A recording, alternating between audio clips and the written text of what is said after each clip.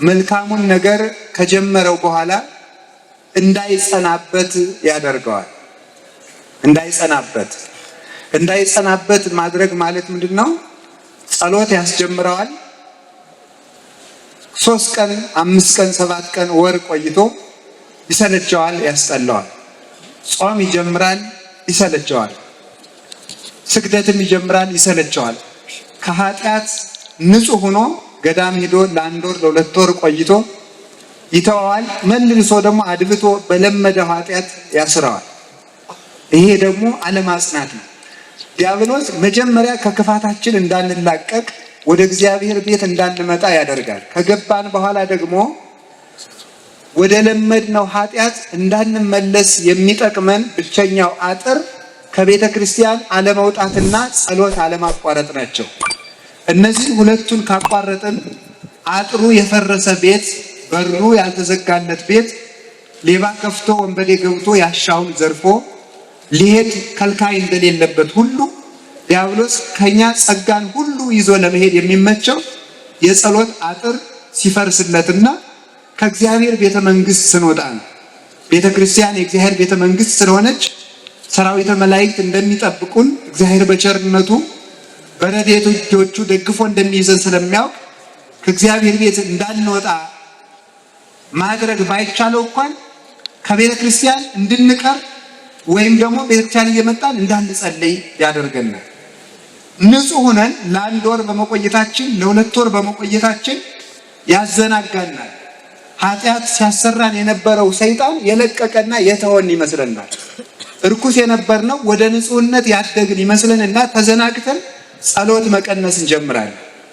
ያንን ባደረግን ጊዜ ደግሞ ሰይጣን አድብቶ መግቢያ ቀዳዳ ስላገኘ እንደገና ደግሞ በዚያው ይጥለናል። ከዚያ በኋላ ጀምሬው ነበረ ባለፈው ስለወደቅኩ እንግዲህ ብጀምረው ወድቃለሁ ብለን እናስብና በተስፋ መቁረጥ ደግሞ ለልማዳችን ወድቀን ተላልፈን ተሰተን እንቀራለን ማለት እና መድኃኒቱ ከውጭ ላለ ቆርጦ ወደ እግዚአብሔር ቤት መግባት፣ እቤት ያለ ሰው አብዝቶ መልካም ከመስራት ይልቅ መጀመሪያ የያዟትን መልካም ነገር አጽንቶ መያዝ፣ መደጋገም ለ40 ቀን ለ80 ቀን ለ6 ወር እያሉ መደጋገም። ኃጢአትም ተደጋግሞ ነው የሚለምደው፣ ጽድቅም ተደጋግሞ ነው የሚለመደው እና ዲያብሎስ ይህንን ውጊያ ይዋጋል እና ቅዱስ ጳውሎስ በመልካም ነገር ይጸኑ ዘንድ ቅዱስ ጴጥሮስ ለእነዚህ ሰዎች የላከላቸው ለዚያ ነው።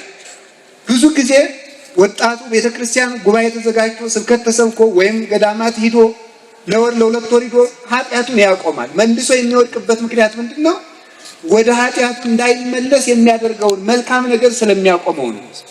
እነዚህ መልካም ነገሮች ውስጥ ዋነኞቹ ጸሎት አለማቋረጥና ከቤተ ክርስቲያን ህብረት አለመለየት ናቸው።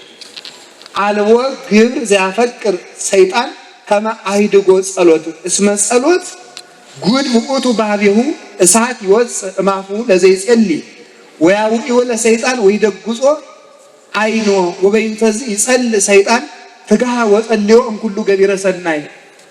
ከሚጸልይ ሰው አፍ እሳት ይወጣል፣ ሰይጣንንም ያቃጥለዋል። ጸሎት በሰይጣን ዘንድ እንደ ሰይፍ ነው። ስለዚህ ሰይጣን ከሁሉም መልካም ነገሮች አጥብቆ ጸሎትን ይጠላል። ጸሎትን አጥብቆ ይጠላዋል።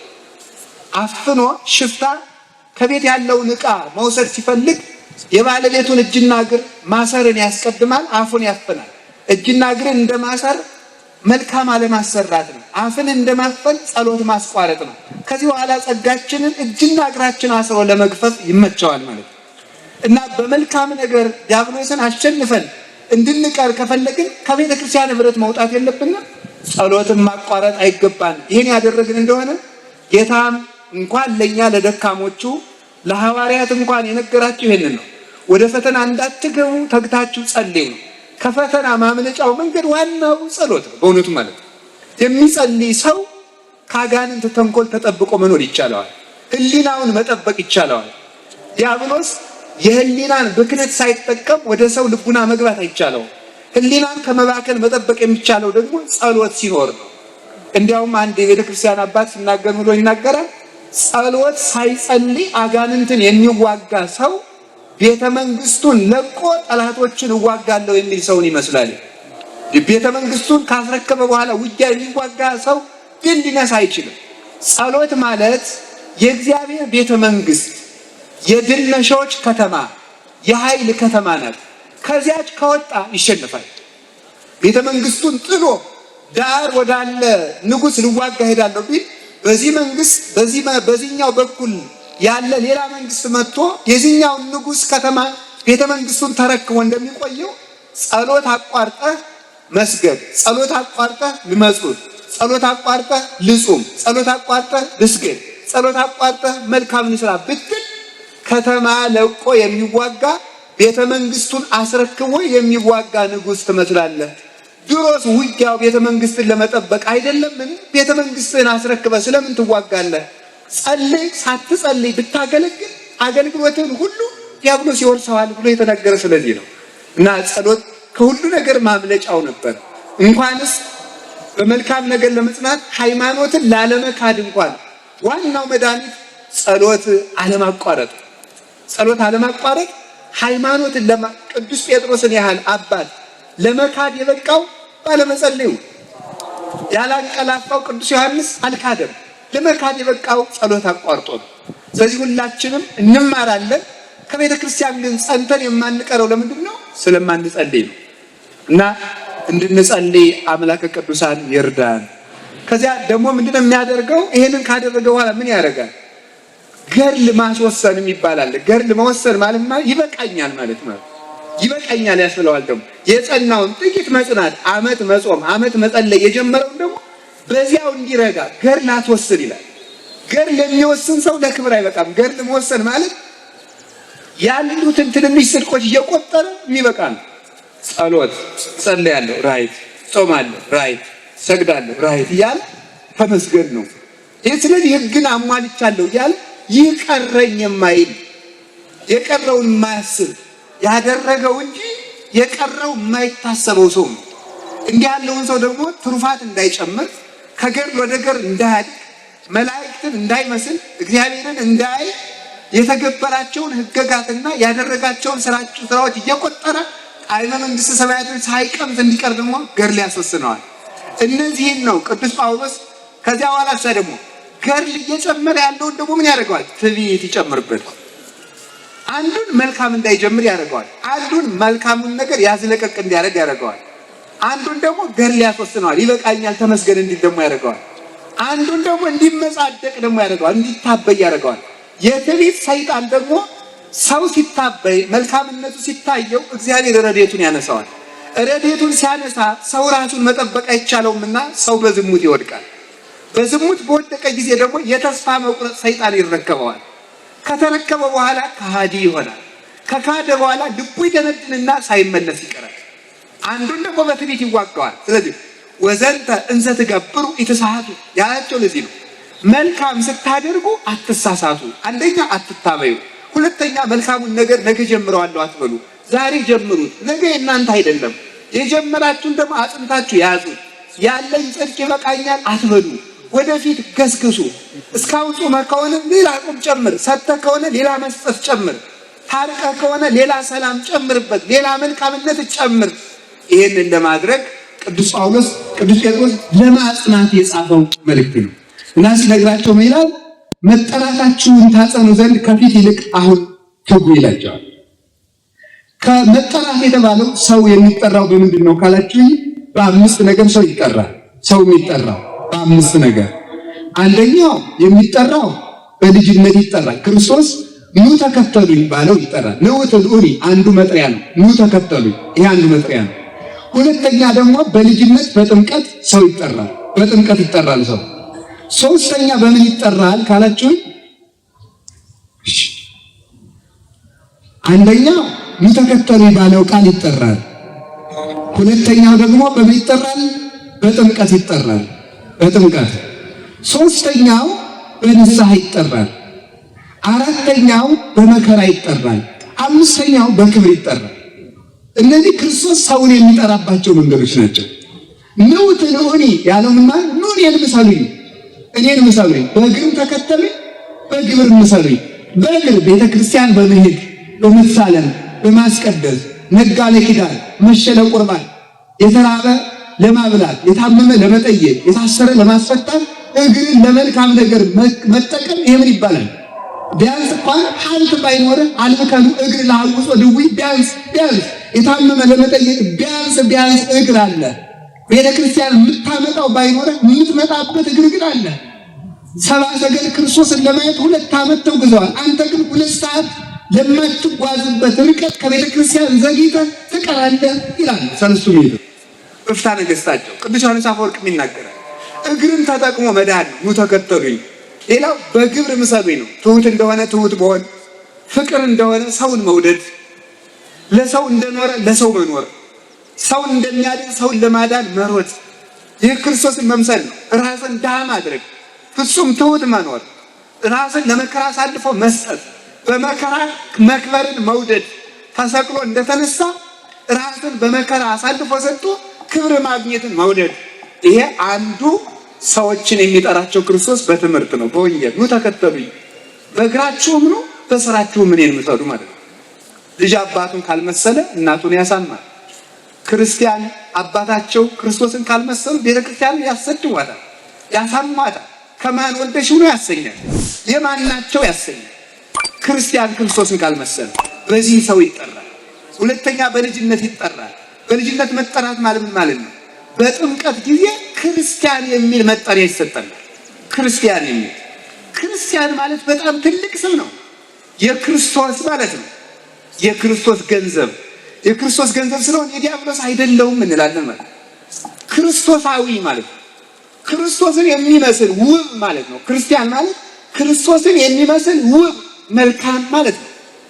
ለክርስቶስ የሚኖር ማለት ነው። እመኔ ሀየውነ ለክርስቶስ ነሐይ ወመኒ ሞትነ ለክርስቶስ እንመውት። ብንሞትም ለክርስቶስ እንሞታለን፣ ብንኖርም ለክርስቶስ እንኖራለን። ሊቁ ቅዱስ ዮሐንስ አፈወርቅ ሮሜን ሲተረጉም ምን ይላል? ይሄን ሲናገር ወገኖቼ እንኳን ከኛ ወገን እንኳን ለራሱ የሚኖር ለራሱ መሞት የሚችል እንኳን የለም። ለራሱ መሞት እንኳን የሚችል የለም። እኛ እንኳን ኑሯችን ሞታችን እንኳን ለክርስቶስ ተብሎ መደረግ ያለበት ነው። ስለዚህ አንዱ የተጠራንበት ምንድነው? ክርስቶስ በስሙ ጠርቶናል። በስሙ እንድንጠራ የፈቀደልን መድኃኔዓለም ስሙ የተመሰገነ ይሁን።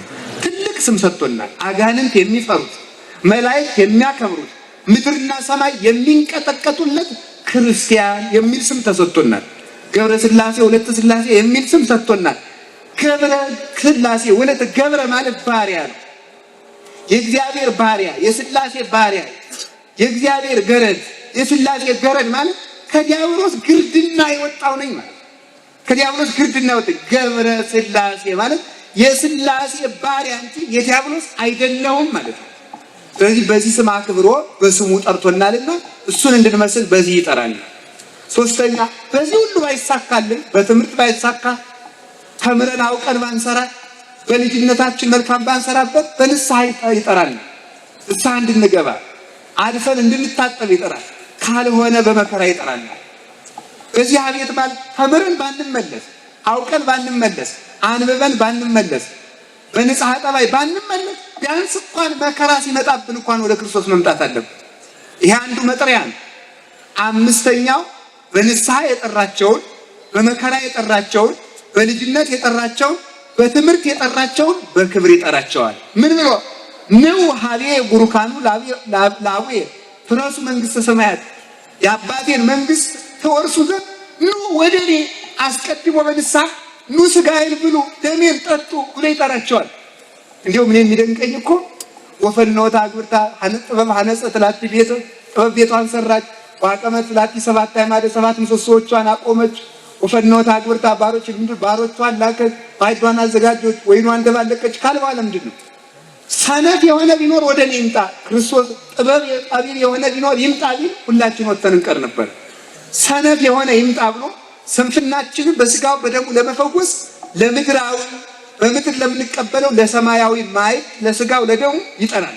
ለስጋው ለደሙ የጠራቸውን ደግሞ ለዘላለማዊ ሕይወት ለሰማይ መንግስት ይጠራቸዋል። እናማ ከዚያ በኋላ መሞት የለ፣ መራብ የለ፣ መውጣት የለ፣ መውረድ የለ፣ መራቆት የለ፣ መድከም የለ፣ የበላይ የለ፣ የበታች የለ፣ ዘር የለ፣ ክፍል የለ፣ ወገን የለ፣ ጾታ የለ።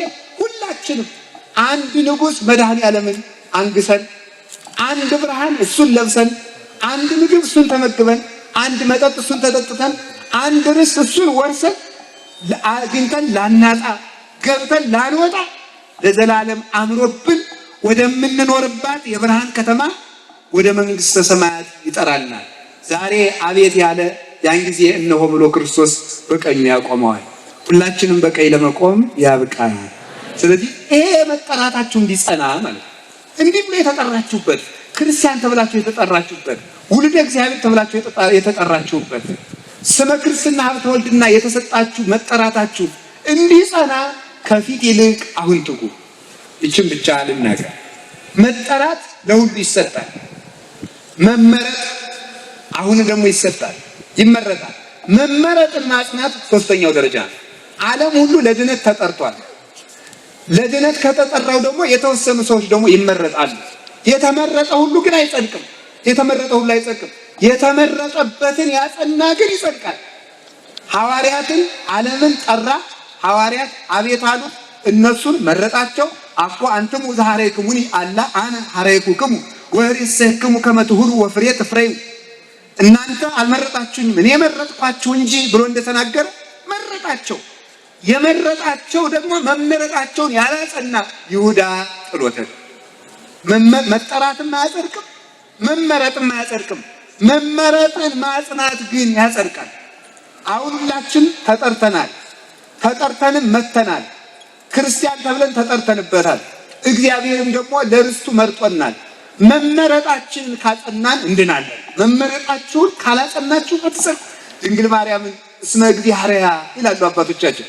እመቤታችንን ጌታ መርጧታልና ይሉና አይ ቢመርጣትማ ምን ይደቃል? እንድትመረጥ ሆና ብትገኝ ነው እንጂ መመረጧን ብታጸና ነው እንጂ።